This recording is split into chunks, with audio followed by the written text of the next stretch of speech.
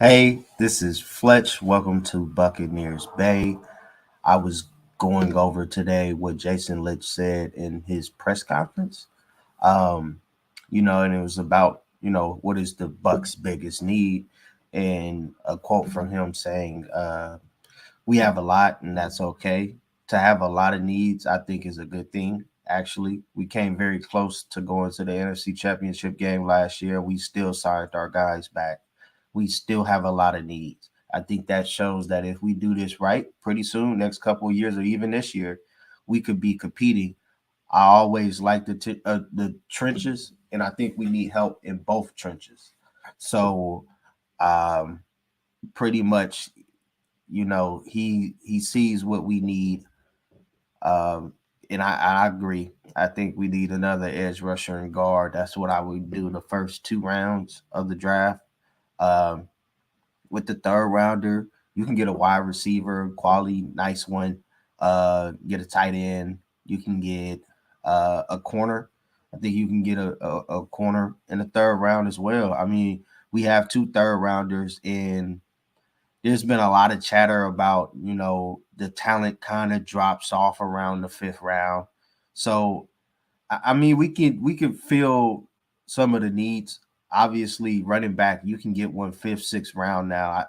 There's a lot of guys that you can get that could probably help and be RB2 and challenge for that spot that Chase has, and which Sean Tucker is trying to get, in his next year. So we're in a good spot. I think we're not in cap hell. Obviously, Winfield is probably going to get signed 4 years, 80 million, 47 million guaranteed.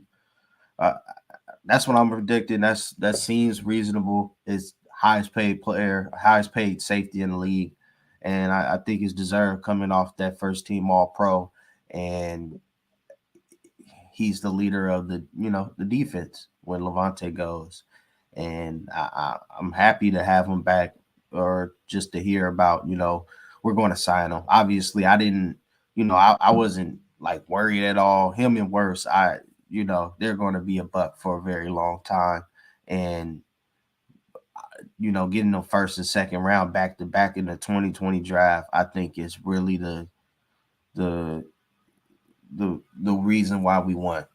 I really do. I think Tristan Wirfs came in and was our best offensive lineman, hands down. To me, I think he was even better than Ali Marpet. I'm an Ali Marpet guy. I wish he would have never retired, man.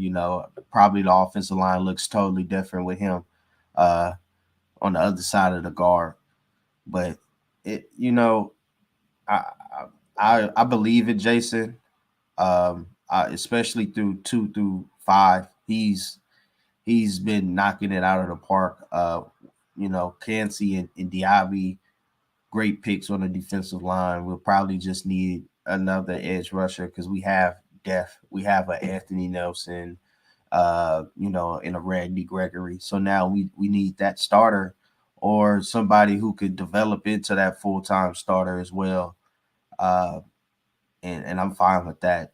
If Graham Barton is there at 26, you take him and you put him at guard, and you solidify the offensive line, and it's I don't know if the center from Oregon is there, Johnson. If he's there, I would take him too. Just because I really feel like that's probably what would hold us back. That would be the downfall of the team next year. I don't think it's the defense. I don't think it would be even like necessarily, you know, the Mike Evans and Chris Godwin, because I still think they'll get their yardage and stats regardless. It's just is, can we improve on the worst running game in the league? And we have to. But if I'm being honest with myself, and if Bucks fans are honest, what was the changes that we made? We didn't make any. It's the only one would be the left guard. We brought back Chase Edmonds, so he's coming back. Sean Tucker was already in the room, so you're pretty much bringing back the same room, and you're hoping improvement for Hensey. I can see it from Cody Mobb, but I just really feel like Hainsey is a true guard, and we're just asking him to be a center rather than him actually being a center. And I feel like if we put him back to his place, like Luke, and we kicked him back out the right tackle, I think you could see an improvement.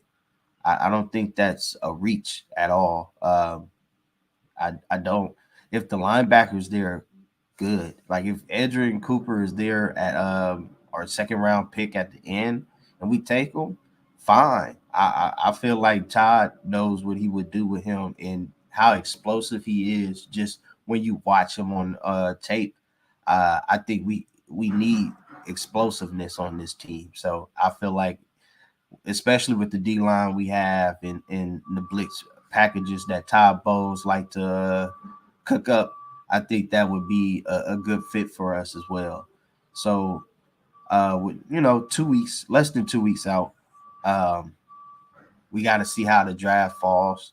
Obviously, I can say the picks that we can, but we can get, but at the same time, Graham could be gone, Powers could be gone, a lot to could be gone. Dallas Turner and Verse. I think there's locks. I think Latu is the only way he would slide is because the concerns for his injuries. And honestly, I don't have those concerns. I feel like he's the best pure pass rusher in the draft, and I love his hands. Okay, he would fit phenomenally on this team. So if he's drops to 20, trade up. I would trade up if them guys are at 20, 21, 22, and you don't feel like those guys are there at 26. Um, Give up a pick, man. I feel like these guys are the guys that I said specifically are pivotal for us to improve on the team and where it ranked last year.